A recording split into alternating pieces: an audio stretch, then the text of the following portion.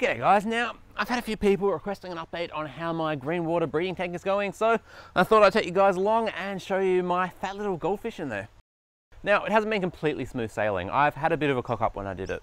I was testing the water inside of it and my pH was about 9 and I had a bit of a freak out about it, added some stuff to lower it and I did it way too quickly. And sadly, that killed off all the dipene that was in there, it killed off all the fry that was in there and I had to start again from scratch, which was a stupid mistake on my part, but it happened and I've got to own up to it.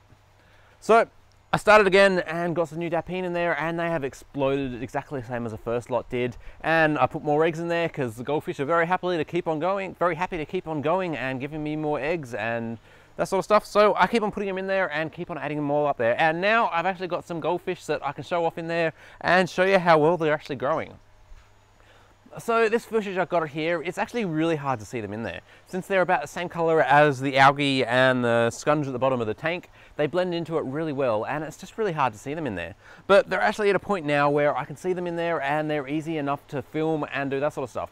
They're starting to school at the moment, so they're all starting to swim together and swim around it, which is very cool. Another problem that I ran into that I did not foresee is these little bugs here that you can see in this image here, or see in this little video here. I've got no idea what they are. I'm not a particularly good expert at bugs, but they have been killing off my fry. And I came out one night and I just saw them with holding one of the fries just in their little legs and chomping away at it. So that made me discover that I needed to get rid of them all. So over a course of a couple of weeks, I would go in there every single night with a torch. I'd go during the day and I would just pick them out by hand. And literally I've picked out probably about 200, 300 of those little bugs in there. It's amazing there's that many of those little guys in there, but surprisingly there is.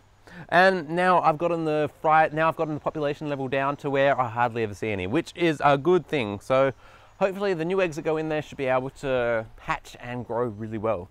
Now, water quality in there has been really easy for me. I haven't had to change it at all. I keep an eye on I top it up with water from the aquaponic system, but I haven't had to do any major changes. I keep an eye on it. I do about every couple of days, I'll do a water test with it, the ammonia and the nitrites and the nitrates and all that sort of fun stuff. And it stays down relatively low. I have the ammonia, it doesn't go over 0.05, and I'm quite happy with that at the moment. If it starts going up when the goldfish get bigger, then I'll do more water changes and bring it down. But at the moment, I don't really need to do much. I've got the air stones, I'll show you.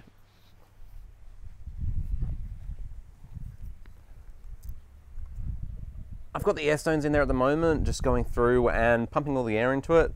I had a couple of people tell me that the dipene wouldn't survive with it in there, but they seem to be doing all right, and the population levels are just incredible. They don't take very much to feed. I just feed the dipene, and that is about it.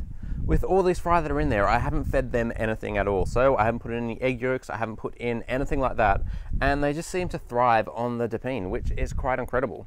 I say it's just a random shot here. I'll try and zoom in. But you can see some of the mad population of the dipene that I've actually got in there, which is incredible because they are the food source for the goldfish, which is awesome.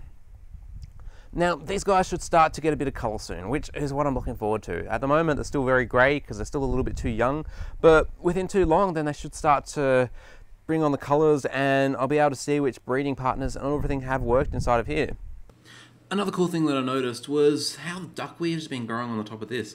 I didn't add any on there, but it just sort of turned up. So I'm guessing it came in on the top of a bird, or bird pooped it, or something. But the stars have been growing incredible and completely unexpected, but it works quite well because I think the fry will start munching on the duckweed at the top, and it's just an extra food source that I don't have to pay for.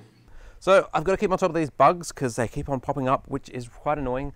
But apart from that, they've been going really, really well. So I hope you guys got something out of this and enjoyed it, and I'll make sure I see you guys next time. I'll leave you with a little bit more footage at the end of this video, so if you guys want to have a look at them swimming around and doing their fish little things, then you're perfectly welcome to. So I'll see you guys next time, and thanks for watching.